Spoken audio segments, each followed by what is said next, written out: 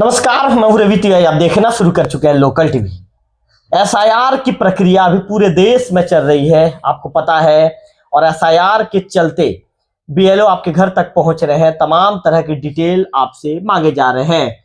ऐसे में एसआईआर की एक छोटी सी प्रक्रिया को पूरी करने के लिए जो एक आज हमारे साथ पांडे जी मौजूद है। पांडे जी लगभग 3500 किलोमीटर की दूरी तय करके देवभोग पहुंचे हैं। देवभोग पहुंचने के बाद भी उन्हें कोई खास सफलता नहीं मिल पाई है।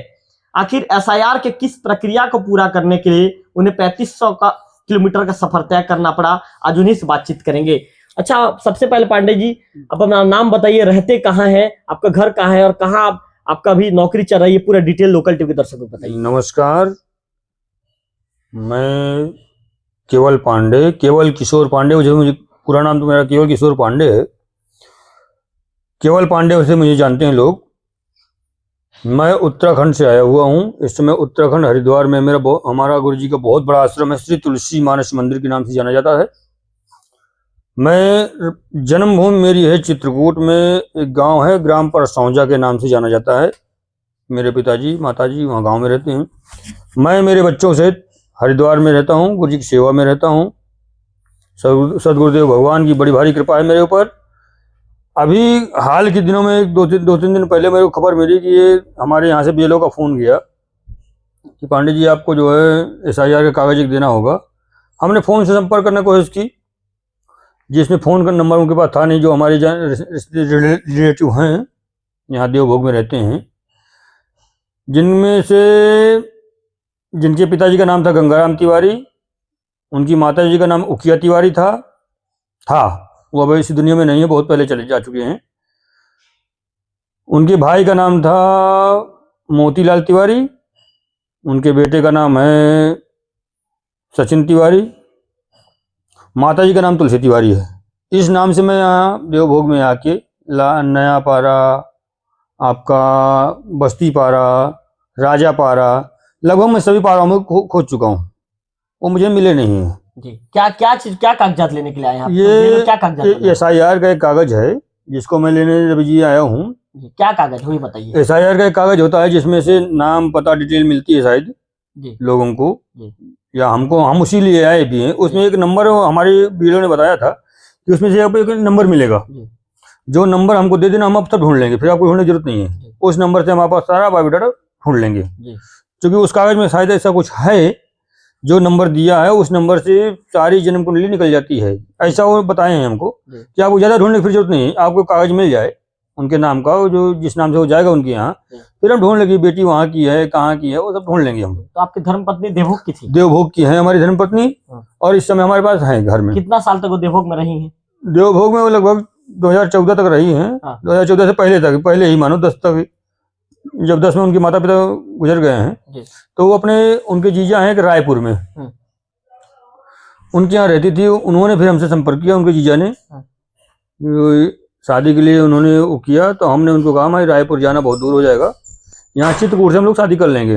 उन्होंने भी कहा ठीक है, जैसे लोग जाते हैं कर लेते हैं शादियाँ। वहाँ से हमारी शादी हुई है, बड़ी धूमधाम से हुई है, रीति रिवाज से हुई है। हमारे घर में सब लोग स्वीकृत हुई है, सभी की मंजूरी से शादी होने के बाद हम लोग। तो अभी आपको क्या दिक्कत और परेशानी हो रही है? परेशानी हमको ये है कि हम वो एसआईआर कागज के लिए यहाँ आए थे, जिसमें वो लोग मिले नहीं हमको, और वो कागज मिला नहीं हमको, हम परेशान हैं। 3500 किलोमीटर लगभग दूर पड़ता है यहाँ से। हमने देखा, कल उत्तराखंड से चले बिलासपुर आए, बिलासपुर लगभग 1300 1400 किलोमीटर पड़ता है। फिर वहाँ से हम यहाँ आए, रायपुर आए, रायपुर लगभग 250 किलोमीटर पड़ता है। उसके बाद हम यहाँ देवभोग आए, बस से बाई बस आए, मतलब उत्तराखंड से बिलासपुर 1400 किलोमीटर पड़ता है। 1400 किलोमीटर है। तो फिर ऐसे महाराज जी, फिर आपकी दूरी कम हो गई, फिर 16 से 50 और यहाँ से 250 किलोमीटर, लगभग 1900 किलोमीटर।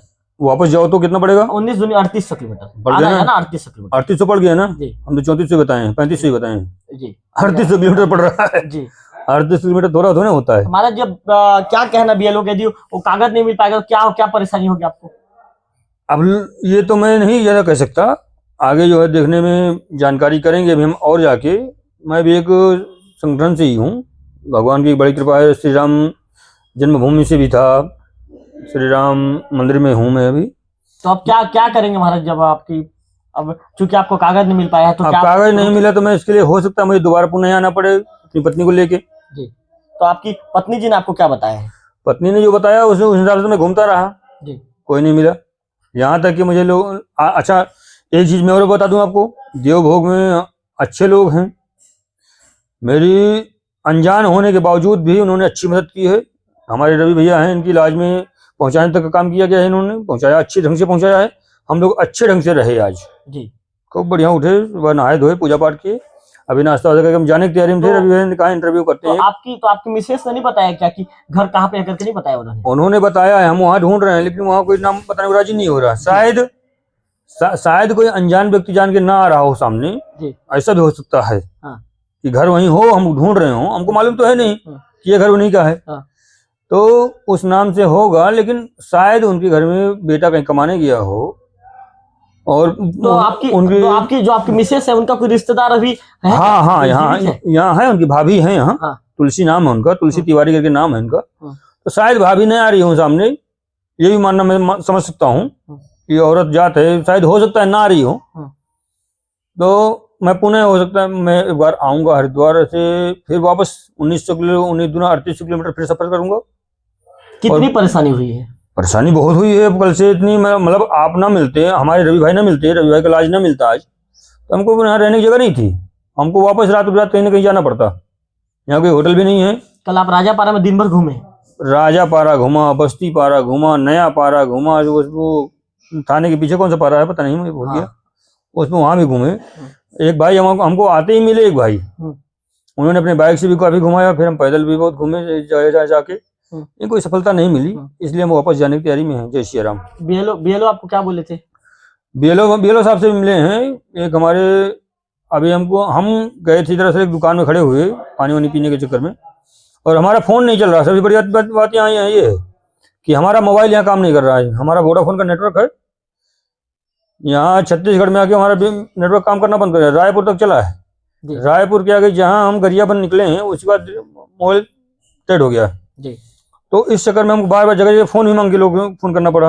उन लोगों का संपर्क है नहीं, जिससे हम पत्नी से संपर्क करते हैं और लोगों से संपर्क करते हैं। पांडे जी बताइए, बीएलओ ने आपको क्या कहा था, मतलब ये कागजात लेके आने के बाद क्या प्रोसीजर होगा बोले थे? बीएलओ ने कहा था कि हमको आप फोन कर देना, एक नंबर जो उसमें होगा ऊपर कागज में, उस कागज के ऊपर ही हमारा उनका नंबर है, वही नंबर है जो वही जानते होंगे, जिसके बारे में मैं नहीं जानता। उन्होंने कहा कि आपको कागज भी लाने की जरूरत नहीं है, एक फोटो उस नंबर को हमको बता देना फोन करके, ये नंबर फला नंबर इसमें लिखा हुआ है, और उसके बाद हम सारी जानकारी डिटेल कर लेंगे। तो ये आपकी पत्नी और बेटी के लिए जरूरी था ये वो नंबर? हमारी पत्नी के लिए जरूरी है, बेटे के लिए तो खैर हम कर लेंगे, बेटा तो हमारा है, लेकिन पत्नी के लिए जैसे कि बनाया गया है नियम, उस नियम के तहत ये जरूरी हो गया है। नहीं तो पत्नी के अलावा कोई जगह नहीं होती, पति के घर ही उसका सब कुछ होता है, जहाँ तो मैं मानता हूँ। लेकिन अब लोगों ने अब जैसे ये बनाया हुआ है कागज, इसमें पत्नी का जरूरी है बोल रहे हैं, इसके चक्कर में हमको घूमना पड़ रहा है। फिर आप वापस आएंगे?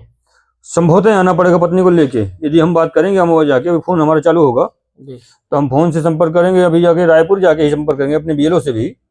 यदि वो कहेगा नहीं आपको बुलाना पड़ेगा तो हम उनको बाई फोन बुलाएंगे, चाहे बाय। अब समस्या एक बात की और है जी, बताइए। इंडिगो की फ्लाइट नहीं चल रही इस समय, इंडिगो की फ्लाइट भी चलती होती तो जल्दी बुला लेते हम उसको, भाई चलो आ जाओ तुम। बहुत दिक्कत है, बड़ी भारी समस्या है। बिल्कुल। तो आपने केवल प्रसाद पांडे जी का, केवल किशोर पांडे जी का आपने सुना। पांडे जी का कहना है कि एसआईआर करने के लिए, पत्नी का प्रोसीजर कंप्लीट करने के लिए एक नंबर चाहिए था। बीएलओ ने उन्हें कहा था कि आपकी पत्नी जहाँ पहले निवासरत थी वहां पर आपको जाना होगा। जैसा कि पांडे जी बता रहे हैं, पांडे जी आपकी पत्नी कितने साल तक यहाँ पे रही है लगभग? उनके कहने के अनुसार हमारी पत्नी यहाँ 2010 के बाद 13 के बाद से चली गई है रायपुर। 3-4 साल रही है? नहीं, बचपन से यहाँ रही है, बचपन से यहाँ रही है। जब 20 साल रही है, लगभग 13-14 साल की रही होगी जब वो रायपुर गई है जी।